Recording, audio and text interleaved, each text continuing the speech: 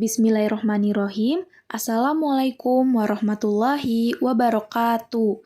Alhamdulillah wassalatu ala nabiyil ummiyu amma ba'du. Kaifahalukum anak-anak ibu yang solih dan solihah. Semoga kita semua selalu dalam keadaan sehat dan selalu diberkahi oleh Allah Subhanahu wa Ta'ala. Amin.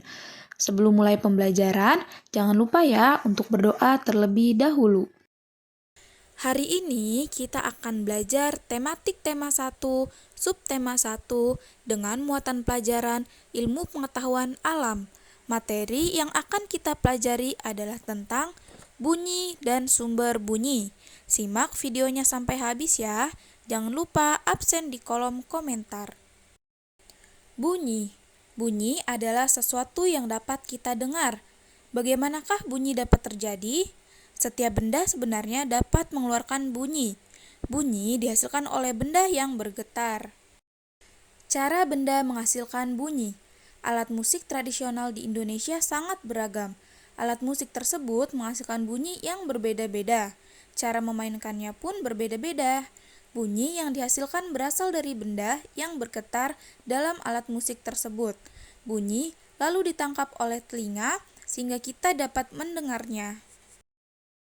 Berikut cara memainkan alat musik beserta contohnya. Yang pertama, dipukul.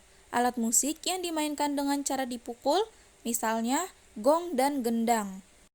Yang kedua, ditiup. Alat musik yang dimainkan dengan cara ditiup, misalnya trompet dan seruling. Yang ketiga, digesek. Alat musik yang dimainkan dengan cara digesek, misalnya biola dan rebab. Selanjutnya yang keempat, dipetik. Alat musik yang dimainkan dengan cara dipetik misalnya gitar dan kecapi. Kemudian yang terakhir digetarkan. Alat musik yang dimainkan dengan cara digetarkan atau digoyang-goyangkan misalnya angklung dan marakas. Cara terjadinya bunyi pada alat musik. Yang pertama, biola. Cara terjadinya bunyi pada biola yaitu gesekan terhadap senar biola dapat menimbulkan getaran dan getaran tersebut menghasilkan bunyi. Yang kedua, pianika. Cara terjadinya yaitu tiupan dan tuts yang ditekan pada pianika akan menghasilkan bunyi. Bunyi yang berbeda jika tuts yang ditekan juga berbeda-beda. Yang ketiga, gitar. Cara terjadinya bunyi yaitu senar gitar yang dipetik akan menggetarkan senar. Getaran senar akan bersonansi dengan udara dalam kotak suara gitar. Getaran akan menjadi bunyi. Yang keempat, rebana. Cara terjadinya bunyi yaitu getaran terhadap membran akan menghasilkan bunyi. Dan yang kelima, angklung. Cara terjadinya bunyi yaitu getaran terhadap bambu akan menghasilkan bunyi. Bunyi yang berbeda disesuaikan dengan jenis angklungnya. Kemudian materi selanjutnya yaitu perambatan bunyi. Bunyi dapat merambat melalui 3 jenis media, yaitu benda padat, cair, dan gas. Namun, bunyi tidak dapat merambat di ruang hampa, karena tidak memiliki media yang dapat merambatkan bunyi.